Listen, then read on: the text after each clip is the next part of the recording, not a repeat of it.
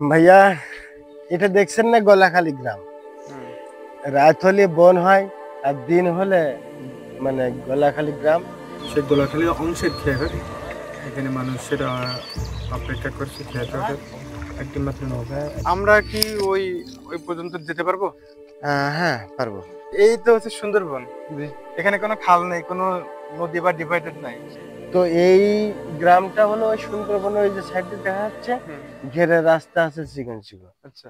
তো এখানে কিন্তু খাল টাল কিছু নাই, ওখান হুম। থেকে বাঘও গ্রামে চলে আসে। হুম। ছাগল, গরু, ভেড়া টেড়া এগুলো, হ্যাঁ। হুম। এবং মানুষ বিরাট একটা আতঙ্ক থাকে। হুম। তারপরেও কিন্তু এখানে আমাদের, হ্যাঁ, যে বাঘ বিধবারা বসবাস করতেছে।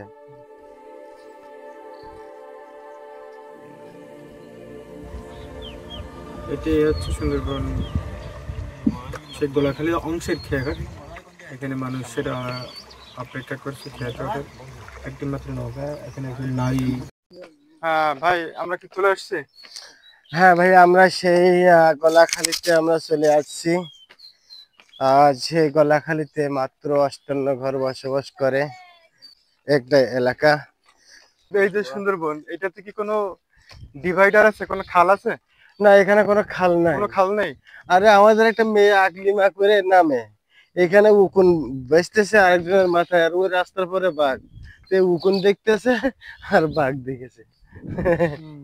এরকম ভাগ্যে কাদের আছে। মাথার উকুন বাজতেছে আর হুম তখন হুম বাঘ ওইখানে দেখা রাস্তার যাচ্ছে পরে না। দাঁড়িয়ে দিয়েছি। তারপর কি হলো ভাই? তারপরে ইন্টারেস্টিং ঘটনা। কিছুক্ষণ কিছুক্ষণ থাকার পরে বাঘটা আবার চলে গেছিল, হ্যাঁ। হ্যাঁ। বেশিক্ষণ থাকে নাই বা চলে গেছিল কিনা ওই আশপাশে আড়াল হয়ে গেছিল, হ্যাঁ। মানে এইরকম সময়ে অনেক মানে এরকম সময়ে এই এইভাবেই অনেকবার হচ্ছে বাঘ পার হয়েছে। হ্যাঁ, এখান থেকে পার হওয়া মানে এই রাস্তা টাস্তা দিয়ে আসে, হ্যাঁ। এসে ঘুরে ঘুরে ছাগল টাগল ধরে নিয়েছে। আমরা কি ওই ওই পর্যন্ত যেতে পারবো? হ্যাঁ, পারবো। রিস্ক আছে কোনো? আমি আছি তো। আচ্ছা। যেহেতু টাইগার গনি সাথে আছে সেহেতু আমরা একজন গোলাখালীর বাসিন্দা এক ভাইকে পেয়ে গেছি। ভাই কেমন আছেন? ভালো আছি ভাই। আপনার কি নাম? আমার নাম সিদ্দিক সর্দার। সিদ্দিক ভাই। আপনার বাড়ি এখানেই? হ্যাঁ, আমার বাড়ি এখানে। তো এই গোলাখালীতে হচ্ছে কয় বছর ধরে আছেন? তা মনে করো আমার বয়স বলতেছে এরকম 25 25। 26 বছর 25 চলছে। 26 বছর এখানে, তার মানে আপনার জন্ম এখানে? হ্যাঁ, জন্মাচ্ছে এখানে। ও আল্লাহ। এই তো হচ্ছে সুন্দরবন। জি। এখানে কোনো খাল নেই, কোনো নদী বা ডিভাইডার নাই। এটা খালা আছে তো, ছোট পানা শুকিয়ে যায়।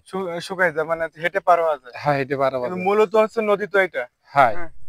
এই যে সুন্দরবনের একদম মানে অরক্ষিত একটা জায়গা, আমরা তো দেখছি যে সব জায়গাতেই নদী থাকে, নদীর ওই পারে মানুষ বাস করে, এই পারে সুন্দরবন। হুম। কিন্তু আপনাদের এই বাড়ির সাথে কোনো ধরনের সেইভাবে কোনো হচ্ছে ডিভাইডার নেই। না, এখানে থাকতে ভয় করে না?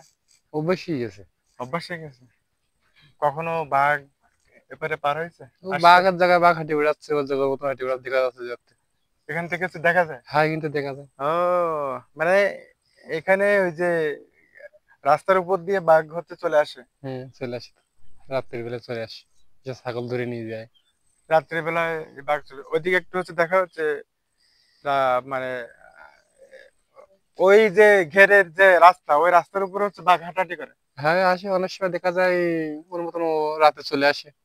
হুম। এসে মনে করো যেখানে ছাগল গাছ সেখানে রাত্রি মনে করো দেরি করে রাত্রি ঘুরিয়ে দেখো সবাই তখন মানুষ সারা সাত যখন হুম। বন্ধ হয়ে যায় সেই সময় এখানে আসে, এসে ওর ভিতরে ঢোকে। কত মানুষের জীবন কত হচ্ছে বিচিত্র যে এইখানে সুন্দরবনের যে বাঘের যে একটা আতঙ্ক থাকে, অথচ তারা বাঘের সাথে বসবাস করে। হ্যাঁ। গোলাখালী মানুষের বাঘের সাথে বসবাস, হ্যাঁ, জি। এটা বলা যায় তো নাকি? ঠিক তো লাগি। আর এমনি আর কি কি ঘটনা আছে একটু যদি বলতেন, যে বাঘ কখনো কি এবারে মানুষের কোনো আঘাত করছে কিনা এসে? এই এক বছর করেছিল, এই মনে করো ভোটের সময় হ্যাঁ। আমার চাষা গাড় করেছিল। তাই? মানে রাতে ঘরে চলে আসছে বাঘ? মানে ওই ছাগল ধরতে ছিল, ওই মানে গ্রামে আইছিল মনে করো বর্ষা, সময় বর্ষাকালের সময় মনে হচ্ছে, হ্যাঁ বর্ষাকালের সময় এরকমটা সেই সময় খেলা হচ্ছে, নিজে খেলা হয় আইপিএলে। সেই সময় মনে করো আমরা ওই খাই দিয়ে সব শুয়েছি, শুলি ওই রাত্রি তার দুদিন আগে ছাগল ধরে নিয়ে চলে গেছে। হুম। মানে ওই ঘেরে বেড়িতে এসে আস্তে আস্তে এসে মানে যখন সাড়ে সাতটা বন্ধ হয়ে যায় সেই সময় এখানে এসে ওই ফাঁকার করে ঢুকে পড়ি। হুম। ওই যে ছাগল 2-3টে মারিছে, মেরে ঠিক একটা গালে করে নিয়ে পড়ি। হুম। তার পরের দিনকে মানে আইপিএল খেলা ব্যস্ত রয়েছে, চেন্ডা রয়েছে, বাইরে উঠে এসে আমাকে এলাকায় যে দুঃখের ভাই রয়েছে বলা ও দিকেছিল হুম যে বাঘবেরি বাঘের খবর দিস। আর সেই সময় আমরা দুই মেয়ে খাই দিই সব শুয়ে পড়লাম। হুম সেই সময় এসে বাঘ আক্রমণ করল। আক্রমণ করে এরকম মাঝে মাঝে কিছু আর কি ঘটনা ঘটছে। হুম। রাতে কি হচ্ছে বেরোতে কোনো ধরনের ভয় টয় লাগে বা রাতে কি কোনো গা ছমছম করে? না আমাদের কোনো সমস্যা না, অভ্যাসই অভ্যাস হয়ে গেছে না?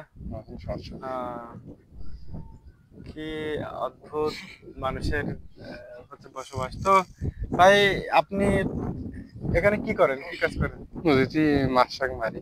এই যে বাসা করেন। আপনারও বিয়ে হয়েছে, আপনারও সন্তান সন্ততিরা হচ্ছে এই গোলাখালীতে হচ্ছে পড়ে এসছে। হুম।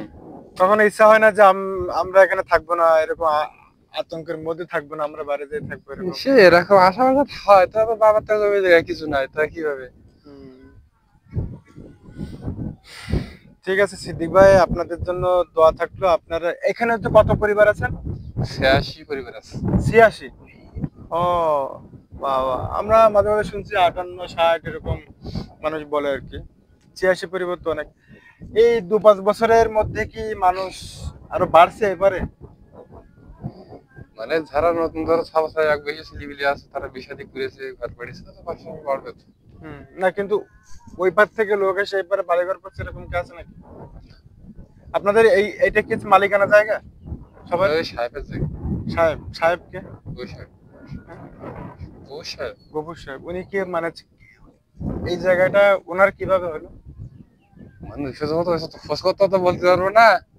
এটা এসে এসে ওর জায়গা হিসাবে আবাদ করেছিল, ওর বাপ দাবার অনেকের ঘটনা এসব। ও, ঠিক আছে, সেই সময় এসে গ্রামের লোকজন এসেছিলেন। কিন্তু আপনার বাপ দাদারা কি হচ্ছে কিনে নিয়েছিল এটা? না না, গবেষকের গিয়েছিল, অনেক জায়গা দিয়েছিল, বসে আছে সব গবেষক। ও আচ্ছা, মানে যে গফুর সাহেব নামে একজন, উনি এটা আবাদ করেছিল বলে হচ্ছে দাবি করেন। তো আপনাদের বাপ দাদারা হচ্ছে সেখানে ওনার কাছে যে হচ্ছে একটু জায়গা চাইছিল, থাকার জায়গা চাইছিল। উনি বললো ঠিক আছে তোমরা হচ্ছে গোলাখালী যে থাকো। সেভাবেই হচ্ছে বংশ পরিক্রমায় এখন 86-87 পরিবার। অনেক ভালো লাগলো ভাই কথা বলে। ঠিক আছে। ঠিক আছে।